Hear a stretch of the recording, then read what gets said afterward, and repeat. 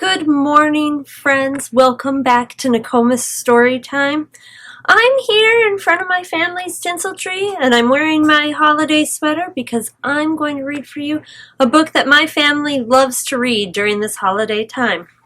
With permission from Random House Books, I'm going to read to you How the Grinch Stole Christmas by Dr. Seuss. Every Who down in Whoville liked Christmas a lot. But the Grinch, who lived just north of Whoville, did not. The Grinch hated Christmas the whole Christmas season.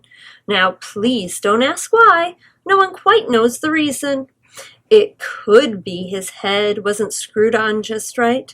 It could be perhaps that his shoes were too tight. But I think that the most likely reason of all may have been that his heart was 2 sizes too small. But whatever the reason, his heart or his shoes, he stood there on Christmas Eve, hating the Whos, staring down from his cave with a sour, grinchy frown at the warm lighted windows below in their town. For he knew every Who down in Whoville beneath was busy now, hanging a mistletoe wreath. And they're hanging their stockings, he snarled with a sneer. Tomorrow is Christmas. It's practically here. Then he growled with his Grinch fingers nervously drumming. I must find a way to stop Christmas from coming. For tomorrow he knew. All the Who girls and boys would wake bright and early. They'd rush for their toys. And then, oh, the noise, noise. That's one thing he hated, the noise. And the Whos, young and old, would sit down to a feast, and they'd feast, and they'd feast, and they'd feast. They would feast on Who pudding and rare Who roast beast, which was something the Grinch couldn't stand in the least. And then they'd do something he liked least of all.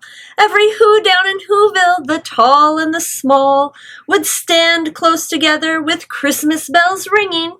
They'd stand hand in hand, and the Whos would start singing. They'd sing, and they'd sing, and they'd sing. And the more the Grinch thought of this Who Christmas sing, the more the Grinch thought, I must stop this whole thing. Why, for 53 years I've put up with it now. I must stop this Christmas from coming. But how? Then he got an idea.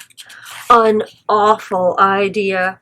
The Grinch got a wonderful, awful idea. I know just what to do, the Grinch laughed in his throat, and he made a quick Santa Claus hat and a coat. And he chuckled and clucked, what a great Grinchy trick.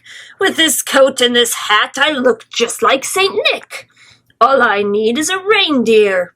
The Grinch looked around, but since reindeer are scarce, there was none to be found. Did that stop the old Grinch? No, the Grinch simply said, if I can't find a reindeer, I'll make one instead. So he called his dog Max, then he took some red thread, and he tied a big horn on the top of his head.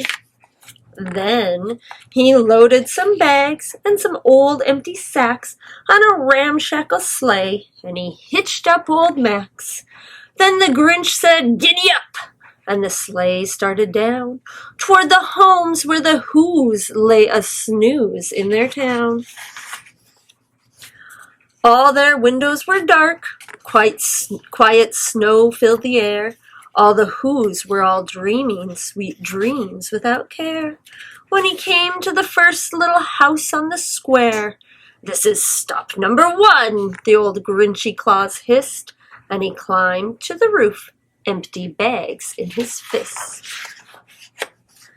Then he slid down the chimney, a rather tight pinch, but if Santa could do it, then so could the Grinch. He got stuck only once for a moment or two. Then he stuck his head out of the fireplace flue. where the little Who stockings all hung in a row. "These stockings," he grinned, "are the first things to go." Then he slithered and slunk with a smile most unpleasant around the whole room, and he took every present. Pop guns and bicycles, roller skates, drums, checkerboards, tricycles, popcorn and plums. And he stuffed them in bags. Then the Grinch very nimbly stuffed all of the bags one by one up the chimbley. Then he slunk to the icebox. He took the Who's feast. He took the Who pudding. He took the roast beast. He cleaned out that icebox as quick as a flash. Why, that Grinch even took their last can of Who hash. Then he stuffed all the food up the chimney with glee. "And now," grinned the Grinch, "I will stuff up the tree."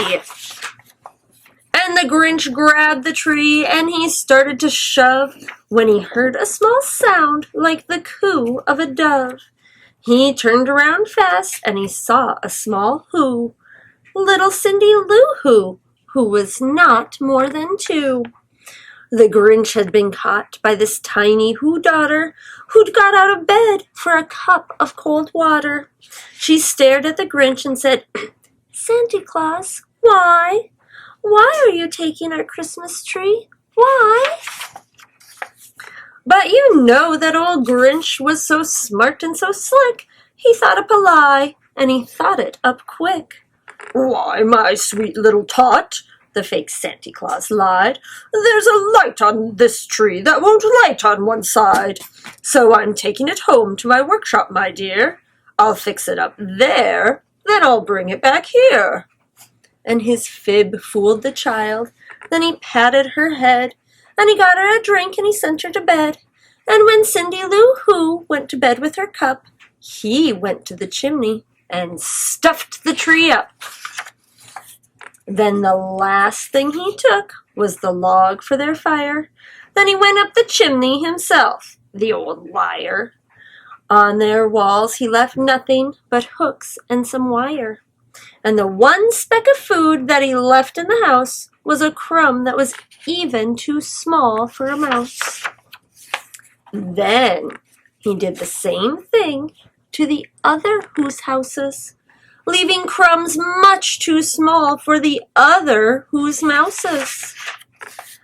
It was 1/4 dawn, all the Who's still abed, all the Who's still a snooze, when he packed up his sled. Packed it up with their presents, the ribbons, the wrappings, the tags and the tinsel, the trimmings, the trappings. 3,000 feet up the side of Mount Crumpet, he rode with his load to the tip-top to dump it. "Pooh, pooh, to the Who's," he was grinchiously humming. "They're finding out now that no Christmas is coming. They're just waking up. I know just what they'll do. Their mouths will hang open a minute or two. Then the Who's down in Whoville will all cry boo-hoo." "That's a noise," grinned the Grinch, "that I simply must hear." So he paused, and the Grinch put his hand to his ear. And he did hear a sound rising over the snow. It started in low, then it started to grow. But the sound wasn't sad. Why, this sound sounded merry. It couldn't be so, but it was merry, very. He stared down at Whoville. The Grinch popped his eyes. Then he shook. What he saw was a shocking surprise. Every Who down in Whoville, the tall and the small, was singing without any presents at all. He hadn't stopped Christmas from coming. It came. Somehow or other, it came just the same. And the Grinch, with his Grinch feet ice cold in the snow, stood puzzling and puzzling. How could it be so? It came without ribbons. It came without tags. It came without packages, boxes, or bags. And he puzzled 3 hours till his puzzler was sore. Then the Grinch thought of something he hadn't before. Maybe Christmas, he thought, doesn't come from a store. Maybe Christmas, perhaps, means a little bit more. And what happened then? Well, in Whoville they say that the Grinch's small heart grew 3 sizes that day. And the minute his heart didn't feel quite so tight, he whizzed with his load through the bright morning light, and he brought back the toys and the food and the feast, and he himself, the Grinch, carved the roast beast. I hope you enjoyed our book today, How the Grinch Stole Christmas by Dr. Seuss. If you did enjoy it, I encourage you to find it at your library or to look for it at your local bookstore. And until next time, I encourage you, keep reading.